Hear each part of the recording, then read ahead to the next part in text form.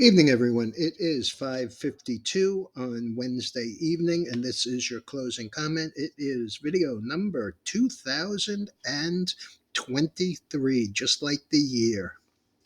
Okay, so we were up today. I was not terribly impressed with today's action uh, for one reason in particular. Number one, we're right up against the highs. And as such, when I see volume that is huge, and when I say huge, what I'm talking about is um, volume's been running about 5 billion, 4.8 some days, 6.1 yesterday, and I don't see the market making any headway. That concerns me. That's from my perspective what I would classify as churning at the highs. Today's volume was 7.5 billion. That is 50% over the average that we've been seeing lately from beginning of the month. And I try and filter out last week because the volume was low because it was a holiday week or a pre-holiday week. But all in all, the Dow was up 0.3%, Nasdaq up 0.16, S&P up 0.14, the Russell up 0.34 was the leader, and the transports were actually down. And the transports have been a pretty good indicator. So there's that. Um, Advanced declines 1.6 to 1 on the NYSE, 3 to 2 on the NASDAQ. And so that kind of concerns me. I mean, if the volume would have been normal, or if we weren't sitting right where everybody is looking for the market to break out to new all-time highs yet again, I would have a different opinion, possibly. So I'm not going to go through the stocks. Most of my sectors were higher today, but they weren't higher by much. I mean, when I look at the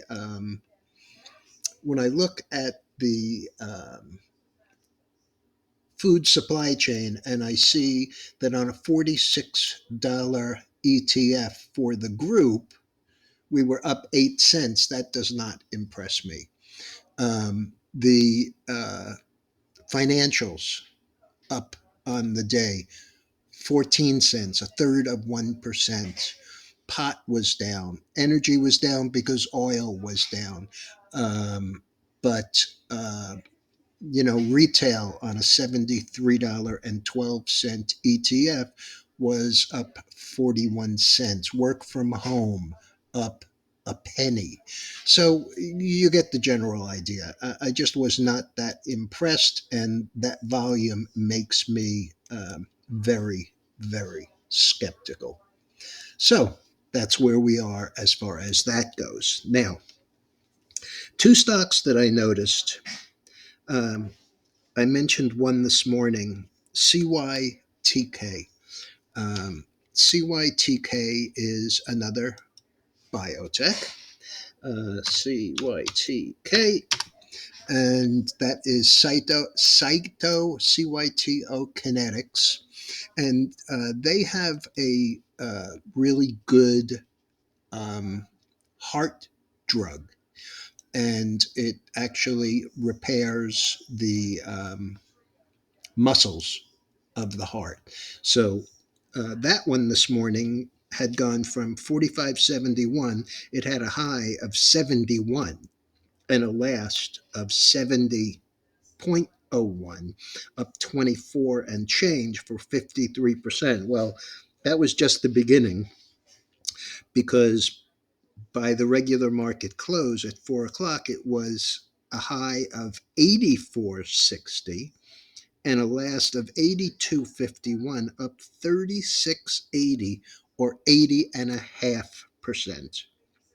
So, pretty damn impressive. And of course, that news could possibly be very impressive.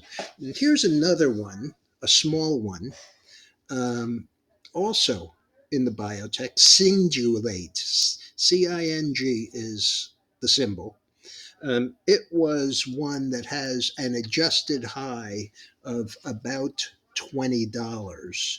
And I say adjusted, pardon me, I take that back, has an adjusted high of $103, and closed yesterday at $1.98. That was after the one for 20. Today, I was looking at it during the day. I saw it on the tape, and it had been as high as 3.99, up $2.01. Let me make sure that's accurate. Regular hours, the high was 5.10. The close was 3.99, up 201, or 101%. Since then, though, with no news, the stock has been as high as $15. The last on that one is $10.90, and that is up $9. It's now 11.08, up $9.10, or 500%. So pretty impressive. This company has no news on it today. Lately, the only news was um, Simulate cut to hold from buy at Laidlaw. Singulate cut to hold from buy at Maxim Group. Singulate shares hit record low after exodus of officers and directors. Singulate, if company fails to raise significant capital or enter into such transactions, it will have to um, it may decide to file for bankruptcy protection or pursue a dissolution, so or liquidation of the company's remaining assets. So kind of interesting that this um, really seemingly low price destroyer of equity could go from $1.98 to 15, but that in fact is exactly what it did. Okay, in the futures markets, the grains were slightly lower. The wheat was down. I still haven't bought it.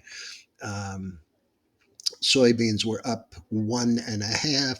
Corn down 360.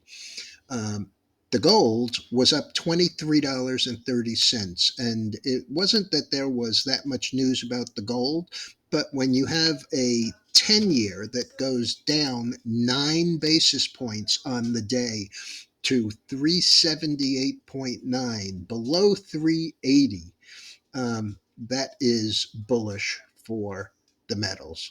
The silver was only up 24 cents. I'm sure that'll have a catch up day. Copper was up 5.75 cents. So we'll have to see what that really looks like. Okay, so the S&P, you know all about that.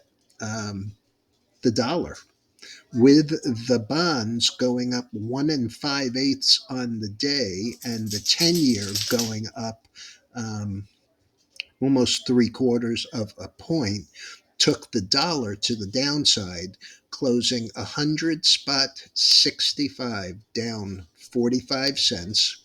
And I'm just going to give you a quick look at that one because that is a continuation move to the downside, as you can see. This is a daily, so that should give you an idea. I keep on making mention of the fact that this market continues to make lower highs and lower lows, exactly the same way that the bonds did. To give you a look at a little longer term look at that, as you can see, after we topped out here at 114, almost 115, we came down, lower high. Looks like we're headed towards this 200-week MA, and certainly down towards par. I mean, we're not that far from it today at the close at par and 65 cents. So there you have it. We have tomorrow being Thursday. Thursday is claims day. So what we have we have continuing claims, we have initial claims, we have trade in goods, which is unimportant. We have retail and wholesale inventories. At 10 o'clock, we have pending home sales. And after that, we have nat gas and crude inventories at 10:30 and 11. And then on Friday at 9:45, we have Chicago PMI. So that's where we are, folks, and I will be back to you in the morning. Hi, I knew that. No, I do a, oh, damn it.